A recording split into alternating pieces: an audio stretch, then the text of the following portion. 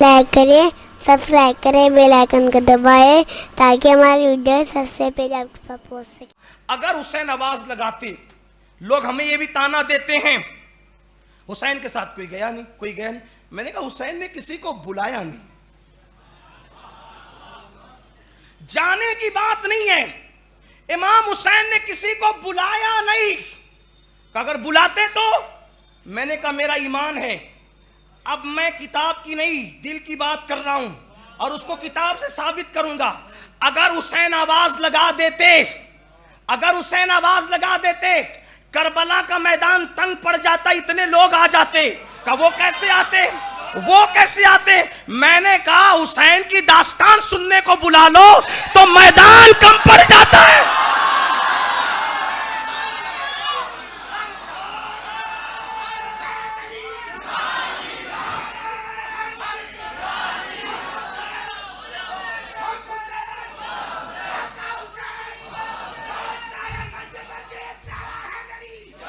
साढ़े 1300 साल गुजरने के बाद अगर आवाज लगा दे कोई हुसैनी, तो हुसैनी की आवाज पर इतने आते हैं कि मस्जिदें भी कम पड़ती हैं, मैदान भी कम पड़ते हैं। अगर हुसैन आवाज लगाते तो मैदान करबला कम पड़ जाता, लेकिन हुसैन ने किसी को बुलाना नहीं चाहा। ये तो एक बात हो गई जो आपकी नजर के सामने। दूसरी बात अब सुनो, अगर हुसैन बुलाते तो सिर्फ जमीन के ऊपर के लोग नहीं आते। अगर हुसैन बुलाते, अगर बुलाते, जमीन के ऊपर के नहीं आते, जो जमीन के अंदर चले गए थे वो भी आते, जो मां के पेट में थे वो भी आते, जो आलम अरवा में थे वो भी आते।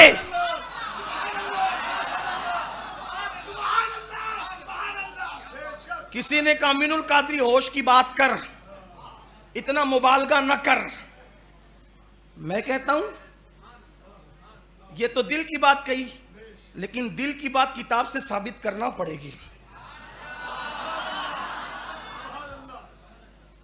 कवर के अंदर वाले भी आते, मां के शिकम वाले भी आते, आलम अरवा वाले भी आते।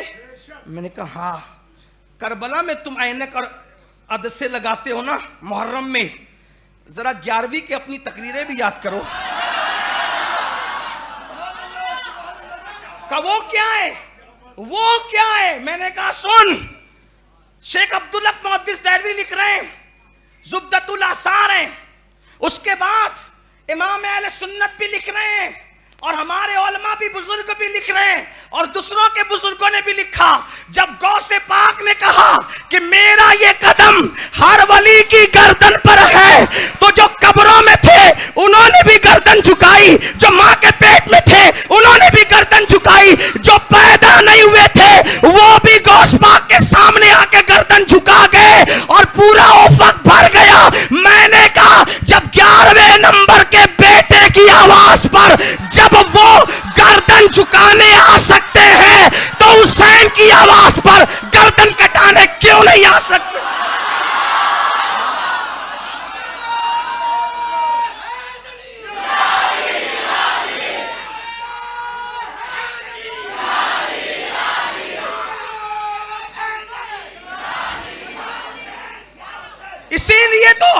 इसीलिए तो हमारे यहां से आवाज बुलंद हुई, जो वली कब्ल थे या बाद हुए या होंगे, सब अदब रखते हैं दिल में मेरे आका तेरा। गर्दन झुकाने आए कि नहीं अब्दुल कादिर जिलानी की आवाज पे है? और अब्दुल कादिर जिलानी कौन है? जो हुसैन के नाम पे सर झुकाए उसे अब्दुल कादिर जिलानी कहते। हुसैन ने बुलाया नहीं। अगर बुलाते तो मामला, बुलाना क्यों, वो चाहते थे मैंने मुकाबला नहीं करना।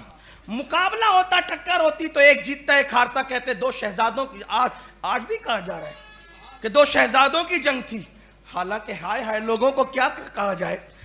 तो हुसैन पाक चाहते थे कि मैंने इतने लोगों को ले जाकर यजीद को खत्म नहीं करना है, यजीद को खत्म नहीं करना है। इसलिए कि यजीद ये खत्म होगा फिर कोई यजीद खड़ा होगा। मैंने यजीद को खत्म नहीं करना है, यजीद रहे न रहे मुझे परवाह नहीं, मैंने यजीदियत को खत्म करना है, फिक्र यजीदियत को खत्म करना है। अगर इमाम हुसैन करबला ना चाहते तो जो शराब आज छुप के पी जा रही है, ये छुप कर नहीं पी जाती। क्यों?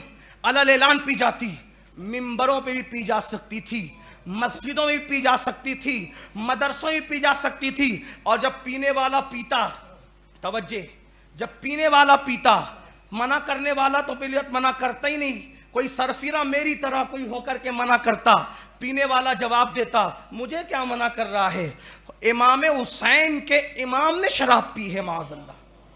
जवाब क्या होता? माअज़ल्लाह सुम्मा, ये जवाब नहीं होता माअज़ल्लाह, यही जवाब होता। आप किसकी बात कर रहे हैं? यजीद को तो हुसैन ने अपना इमाम माना था, उसने शराब पी। कोई जिना करता, माअज़ल्लाह रोका जाता, कहता किस मुंह से मना करते हो? अमीरुल मोमिनीन ने, मोमिनों के, अगर मोमिन जिना कर रहे तो क्या तकलीफ है? अमीरुल मोमिनीन ने जिना किया है, माअज़ल्लाह। बोलो ये होता कि नहीं होता? इमाम हुसैन ने कहा 18 लेकर के जाऊंगा, लेकिन यजीदियत का खात्मा करूंगा। और इमाम हुसैन चाहते थे दो चीजें। यजीद के दौर में दो चीजें खत्म हो रही थी। यजीद के दौर में इमाम हुसैन दो चीजों को खत्म होता देख रहे थे। एक क्या? एक तो ये थी, इमाम आली मकाम देख रहे थे कि इजहारे जुरात, इजहारे जुराते इजहार, इजहार इस जुरत नहीं, जुराते इजहार, इजहारे राय की हिम्मत और ताकत, ये खत्म हो रही थी यजीद के दौर में, एक। और दूसरी कुव्वते एहसास। इन दो नुकात को ख्याल करना, ये दो नुकात पे बहुत तवज्जो देना। जुरते इजहार और कुव्वते एहसास, ये खत्म हो रही थी और ये खत्म करने की कोशिश कर रहा था यजीद। मतलब कुव्वते एहसास का मतलब कोई गलत कर रहा है, कोई गलत कर रहा है, पब्लिक को कुछ पड़ी नहीं रहती किसी दौर में, ठीक? पब्लिक देखती है कि मेरा बड़ा क्या कर रहा है, तवज्जो आपकी, मेरा बड़ा क्या कर रहा है।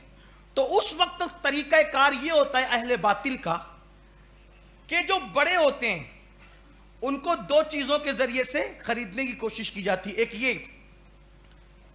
पैसा ले लो, हमारे हामी बन जाओ, हमारी हिमायत करो, ठीक? इसलिए अपोजिशन आप जिसको कह लें, अपोजिशन ठंडा पड़ जाता है। जैसे आजकल हो रहा है, आज गुंडागर्दी क्यों हो रही है? इसलिए कि अपोजिशन खरीद लिया गया दुनिया के अंदर। किसी भी दुनिया की बात कर रहा हूं, पूरी दुनिया में देख लें आप, बड़ों को खरीदा जाता है। इतने तोड़े ले लो, इतने थैले ले लो, ये ऐश ले लो, वो आराम ले लो, हमारे खिलाफ नहीं बोलना। तो फिर पब्लिक क्या देखती है?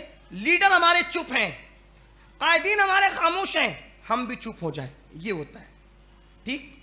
लेकिन एक दूसरे किस्म के लोग होते हैं, दूसरे किस्म के लोग, जो लोग खरीदे नहीं जाते, जो खरीदे नहीं जाते, तो उनको फिर कम किया जाता है, खत्म किया जाता है, उड़ा दिया जाता है, मार डाला जाता है। तो फिर उसमें क्या होता है?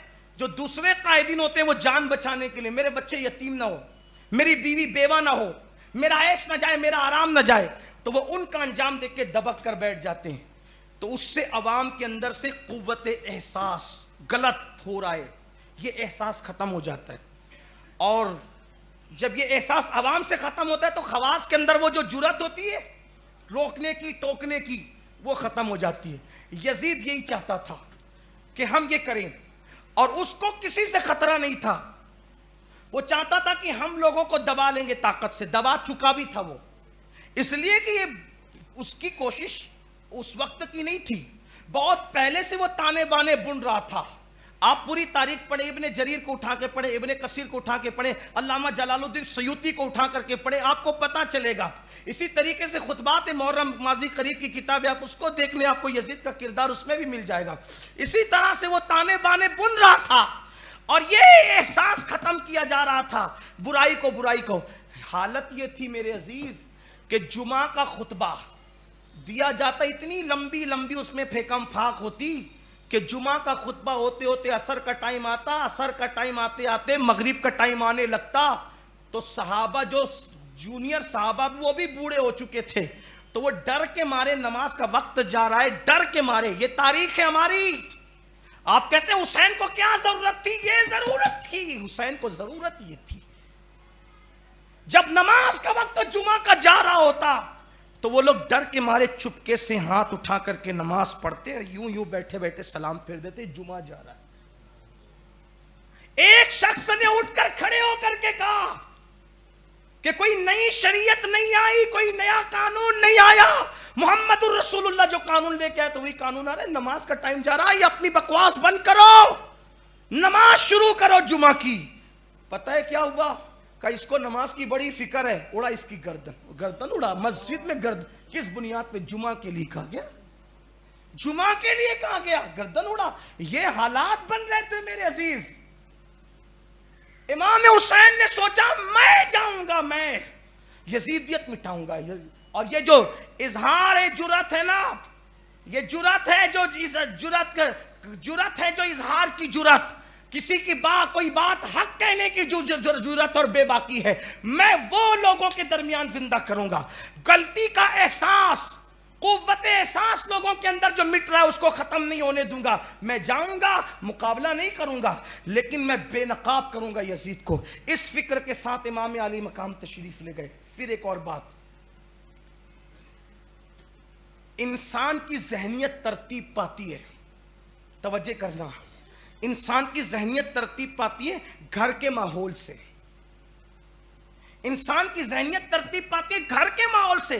ये मैं तमहीद के तौर पे बात अर्ज कर रहा हूं, मुकद्दमे के तौर पे वाक़यात करबला कल से पढ़ना है, लेकिन आप तवज्जो करें, तरतीब पाती है जहनियत घर के माहौल से।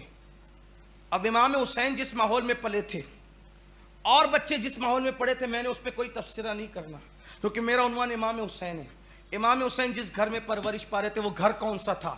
आइए नंबर 1 चलते हैं। अक्सर आपने देखा होगा कि घर के बड़े बूढ़े जब घर के बच्चों की परवरिश करते हैं तो अपने फाजिल औकात में बच्चों को बताते हैं, बेटा तेरे दादा ऐसे थे, तेरे नाना ऐसे थे, तेरे चचा ऐसे थे, है ना, वो तेरी नानी ऐसी थी। खानदान के हालात हर घर में बताए जाते हैं। अब हुसैन पाक के नाना, उनके हालात तो पूरी दुनिया को बताए जा रहे थे, और इमाम हुसैन उनको सिर्फ देख नहीं रहे थे, देख भी रहे थे, उनके हालात भी सुन रहे थे। कैसे हालात? ताइफ की वादी में हक लेकर गए, पत्थरों की बरसात हुई। इशारे दे रहा हूं, एक एक वाक़े पर बहुत वक्त जाएगा, लेकिन इशारा आप सबको याद है ना वो वाक़यात। ताइफ की वादियों में पत्थरों की बरसात हुई, नालायन खून से भर गई। इमाम हुसैन के नाना को कहा गया कि दावत रोक दो मोहम्मद का, जान ले सकते हो लेकिन हक जबान से रोकने से, हक बोलने से नहीं रोक सकते। उसके बाद 3 साल तक के शाब अबी तालिब के अंदर पूरे खानदान को कैद किया गया और कहा गया मोहम्मद अरबी दावत दीन हक को रोक लो। मोहम्मद रसूलुल्लाह ने कहा सब लुटा देंगे लेकिन नहीं छोड़ेंगे हक कहना। इसी तरीके से उसके बाद फिर क्या हुआ, रसूलुल्लाह सल्लल्लाहु अलैहि वसल्लम के प्यारे चचा हजरत अबू तालिब के पास काफिला जाता है मक्के के लोगों का, और कुरैश मक्का जाकर के कहते हैं मोहम्मद अरबी हमारे खुदाओं को बुरा कहता है, उसे रोक दिया जाए वरना उसको हमारे हवाले कर दिया जाए, उसको हमारे हवाले कर दो। एक खूबसूरत आदमी ले लो, एक खूबसूरत बच्चा हमसे ले लो, एक खूबसूरत जवान हमसे ले लो, पैसे ले लो, दौलत ले लो, मोहम्मद को हमारे हवाले कर दो। हम क्या करोगे? तो कहा मोहम्मद को कत्ल कर देंगे। हजरत अबू तालिब ने कहा अच्छा तुम अपना बच्चा मुझे दो, मैं उसको नाजो नेमत से पालूं, नाजो नेमत से पालूं, मेरे बच्चे को तुम कत्ल कर दो। अल्लाह अकबर, ठीक है तुम कई मरतबा मेरे पास आए हो, मैं उसको समझाने की कोशिश करूंगा। ये गुफ्तगू हो ही रही थी, हुजूर पीछे से तशरीफ लाए। आने के बाद मेरे आका ने पूरी गुफ्तगू सुनी, चचा की गुफ्तगू भी सुनी, उन लोगों की गुफ्तगू भी सुनी। उसके बाद वो चले गए। मेरे आका अलैहिस्सलाम ने जब आए चचा के पास, प्यारे चचा ने कहा मेरे भतीजे आपने सुन लिया ना उन्होंने क्या कहा। उस वक्त मेरे आका ने आंखों में आंसू लाकर कहा चचा वो मुझे रोकना चाहते हैं। ऐ मेरे चचा अगर वो मेरे एक हाथ में चांद लाकर दूसरे हाथ में सूरज लाकर रख दे और वो फिर कहे कि मैं दिन से दस्तबरदार हो जाऊं, वल्लाह कोई मेरा साथ दे ना दे, अगर वो चांद और सूरज मेरे हाथ में ला के रख दें तो भी मैं अपनी दावत से नहीं रुक सकता। अल्लाह अकबर। फिर चचा ने जब भतीजे की ये इस्तिकामत देखी तो कहा कि जब तक मेरी जान में जान है मैं आपकी ताईद और हिमायत करता रहूंगा, अल्लाह फिर जो होता है होता रहे। अब इमाम आली मकाम के सामने ये सब जुरातें थी, अपने नाना की जुरत, अगर हुजूरी की जुरत बयान की जाए तो फिर वक्त कहाँ रह जाता है, लेकिन एक इशारा दे दिया। उसके बाद दादा की जुरत क्या थी? अमीर हमजा का कलेजा, ये दादा लगते थे ना रिश्ते में इमाम हुसैन से, कलेजा चबाया गया किसके लिए? हक के लिए। इसी तरीके से चचा की जुरत, बाजू काट दिए गए जाफर तैयार के। ये सारी दास्तान इमाम हुसैन बचपने से सुन रहे थे। पता चला मरना उन लोगों के लिए तकलीफ का बाइस होता है जिसके खानदान में न कभी कोई अल्लाह की राह में मरा हो, न कभी किसी ने मारा हो। वहां तो आंखें खुली थी, आंखें खुलने पर सुना था चचा अल्लाह की राह में मारा गया, दादा अल्लाह की राह में मारा गया, अल्लाह अकबर, फुला अल्लाह की राह में मारा गया, नाना को अल्लाह की राह में सताया गया।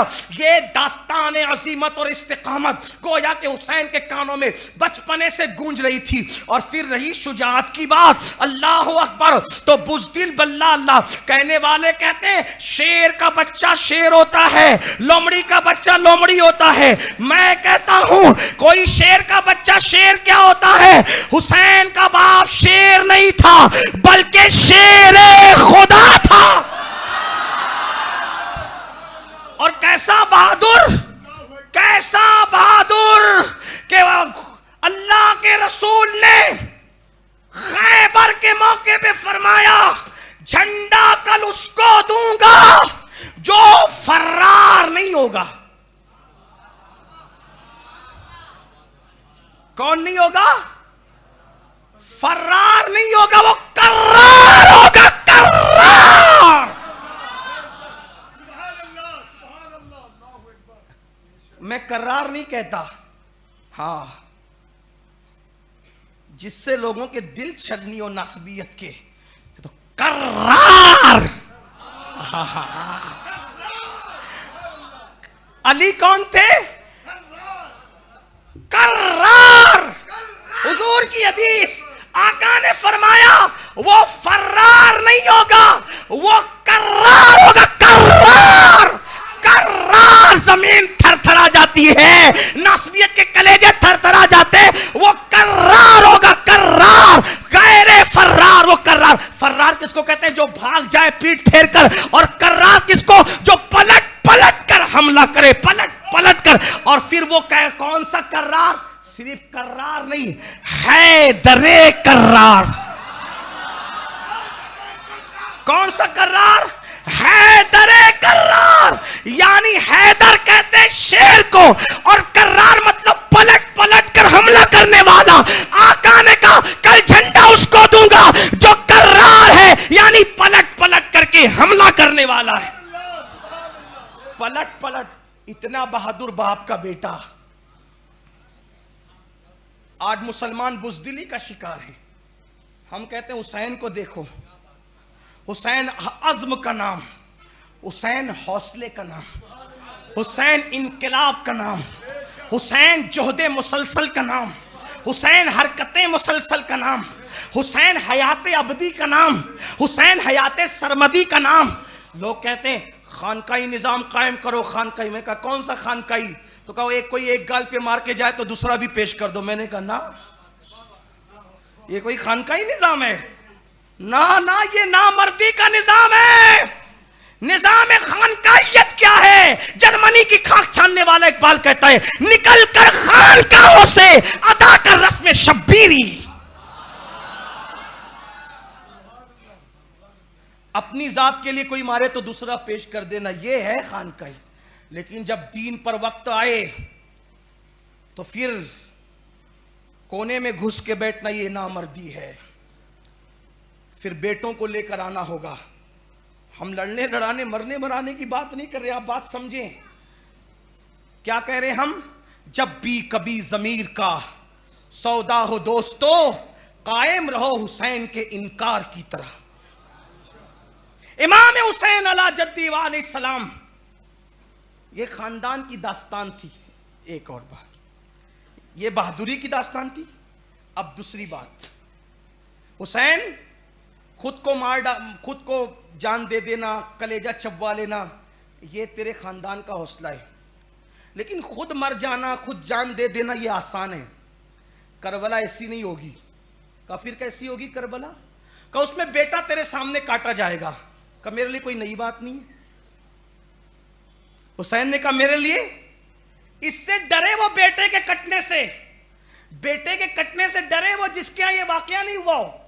भाई पहली बार जो हादसा होता है उसमें डर लगती है। जैसे मिसाल के तौर पे मेरे साथ एक मरतबा बाइक का एक्सीडेंट हुआ, तो तकरीबन 6-8 महीने तक एक ड्राइवर ब्रेक मारता था तो मेरे दिल की धड़कन तेज होती थी। और अभी एक्सीडेंट होता है तो मुझे कुछ होता ही नहीं, यानी मुझे कोई डर नहीं लगता। क्यों? इसलिए कि आदी हो गई है तबीयत उसकी। सही कह रहा हूं। बाइक का एक्सीडेंट होता था तो हफ्ते भर तक के घर पड़े रहते थे। अभी अगर कार का भी हो जाए तो कपड़े साफ करके स्टेज पे जाते हैं, चलो। और बहुत फिक्र मत किया करो, और फिक्र मत किया करो। ये वजूद अपने लिए नहीं है। सबसे बेहतरीन मौत वो है जो अल्लाह की राह में हो, और मांगा यही है। इसलिए कि बिस्तर पे मरने वाले तड़प कर मरते हैं। अल्लाह हमें अल्लाह की राह में मौत दे। बल्कि मैं तो ये तमन्ना करता हूं अब्बास की तरह जीना अता करे, हुसैन की तरह मरना अता करे। इंतखाब अब्बास इसलिए कहा किया है, अब्बास का इंतखाब इसलिए किया है, अब्बास बड़ा वफादार था अहले बैत का। कमेंट शेयर जरूर करिए।